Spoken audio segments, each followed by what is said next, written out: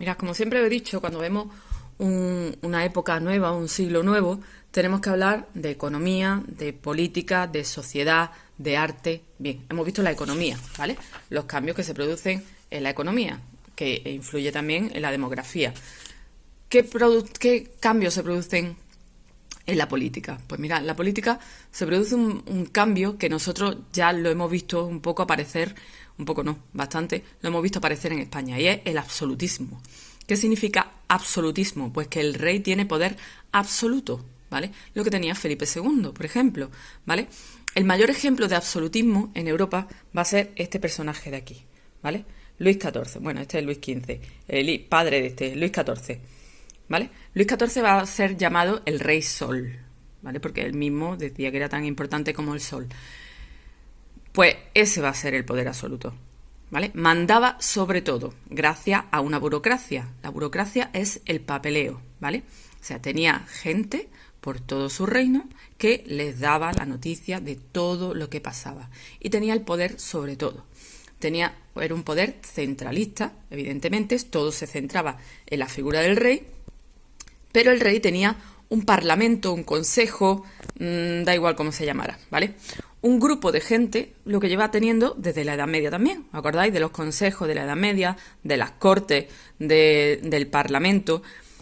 ¿Por qué se llamaba consejo? Bueno, porque el consejo, que estaba formado por nobles, por el clero y algunas veces por la burguesía, aconsejaba al rey, pero el rey si quería le hacía caso y si no, no, ¿vale? A mí me dan un consejo, yo si quiero le hago caso y si no, no. Pues en eso pasaba lo mismo con el rey. En este caso, el consejo o el parlamento lo tenía que convocar el rey. Cuando le hacía falta lo convocaba el rey.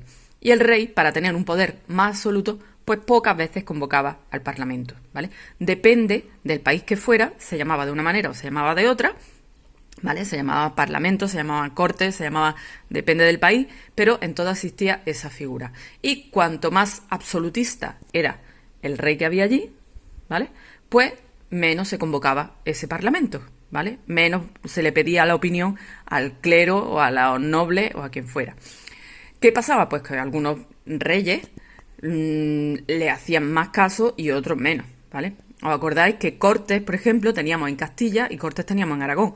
En Aragón, donde los burgueses, la alta burguesía, era más importante, el rey les tenía que hacer caso, ¿vale?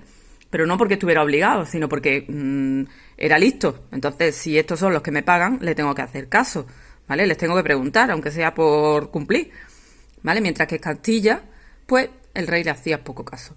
Bueno, pues aquí también, dependiendo de los países, va a haber unos en los que le hagan más caso y otros en los que le hagan menos caso, ¿vale? Bueno, por excelencia, el absolutismo de Europa se centra en Francia, ¿vale? Francia va a ser la monarquía absoluta de Europa en ese momento. ¿Qué va a pasar? Bueno, pues va a haber dos sitios, sobre todo uno, que vamos a ver, en el que eso va a cambiar, ¿vale? Y esto es un precedente para la historia contemporánea que vais a ver en cuarto, ¿vale? En cuarto, cuando empecéis cuarto, si yo os doy cuarto, os diré, ¿os acordáis de Cromwell? ¿Os acordáis de la Revolución Inglesa? Y vosotros me diréis, no, no me acuerdo. Y yo diré, pues lo vimos en los vídeos aquellos que yo os mandé cuando estábamos en la cuarentena. Y entonces, pues, lo recordaremos, ¿vale? Porque esto es un precedente para la historia contemporánea. Esto es algo que va a pasar, ¿vale? Lo que voy a explicar yo ahora aquí es algo que va a pasar que nunca había pasado y que va a suponer algo muy moderno, ¿vale? Os voy a explicar qué es. Mirad, en Inglaterra había un rey, ¿vale? Y había un parlamento, ¿vale? El parlamento estaba formado por dos cámaras que aún hoy están, la Cámara de los Lores, donde estaban los nobles y el clero, y la Cámara de los Comunes, que era la gente común. Bueno, no era gente común, eran alta burguesía, ¿vale? Allí no se metía cualquier mindundi, pero se llamaban los comunes, ¿vale? Bueno, pues las cámaras de los lores y la Cámara de los Comunes formaba el Parlamento. De repente llega un rey, ¿vale? De la dinastía Estuardo, o sea, de la familia de los Estuardos, y pretende ser un monarca absoluto, ¿vale? Y entonces pretende dejar de convocar al Parlamento. Eso le sienta muy mal a los comunes, ¿vale? ¿Por qué? Porque ahí se decidían impuestos, se decidían cosas que a los nobles y al clero no le va, ni les viene. A ellos les daba igual, porque no pagaban, ¿vale? Entonces, los que pierden poder de decisión y a los que le importa perder ese poder de decisión es a los comunes, a la burguesía. Entonces, va a haber un levantamiento contra el rey liderado por Oliver Cromwell, que tenéis aquí, ¿vale? Si alguno habéis ido a Londres, pues por donde está el Parlamento hay una estatua de Cromwell, pues ese, el que hace un levantamiento, acaba ese levantamiento con el rey Carlos I decapitado, ¿vale? Le cortan la cabeza, además pues hay un lío con la cabeza, la mandan para un lado, la mandan para otro, la cuelgan, no sé dónde, había un follón con la cabeza, estuvo dando vueltas la cabeza un tiempo. Y forma una república, ¿vale? De la que él va a ser el presidente. ¿Qué va a pasar con esta república? Que va a durar un tiempo, ¿vale? Pero al tiempo viene el hijo de Carlos I, Carlos II. Y Carlos II acepta que el Parlamento se convoque, ¿vale? Él dice que no va a ser como su padre y que va a ser como antiguamente, ¿vale? No se fían mucho de él, ¿vale? Pero Carlos II pasa. Cuando llega su hijo, Jacobo II, ya le ven, el Parlamento ve que tiene pinta absolutista y entonces lo cambian, ¿vale? Hay una nueva revuelta y lo cambian por un príncipe holandés que era, si no recuerdo mal, o cuñado o yerno, no me acuerdo, de Jacobo II, ¿vale? Entonces este Guillermo de Orange se convierte en un rey inglés, ¿vale? Guillermo de Orange. ¿Por qué se convierte en rey inglés? Porque firma, y esto es novedoso, firma la Declaración de Derechos, Bill of Rights. ¿Y qué significa esto? Pues que se limita el poder del monarca, ¿vale? Inglaterra se va a convertir en la primera monarquía parlamentaria. O sea, el rey se convierte en una figura que es representante de Inglaterra, en ese caso, ¿vale? Pero que el poder lo tiene el Parlamento. O sea, cualquier decisión que tome el rey tiene que ir respaldada por el Parlamento, por las dos cámaras, por la Cámara de los Lores y por la Cámara de los Comunes. Si no, eso no vale, ¿vale? Eso no había pasado hasta ese momento. El rey siempre tenía la última palabra, por así decirlo, ¿vale? ¿Hasta cuándo? Pues hasta que llega esto, ¿vale?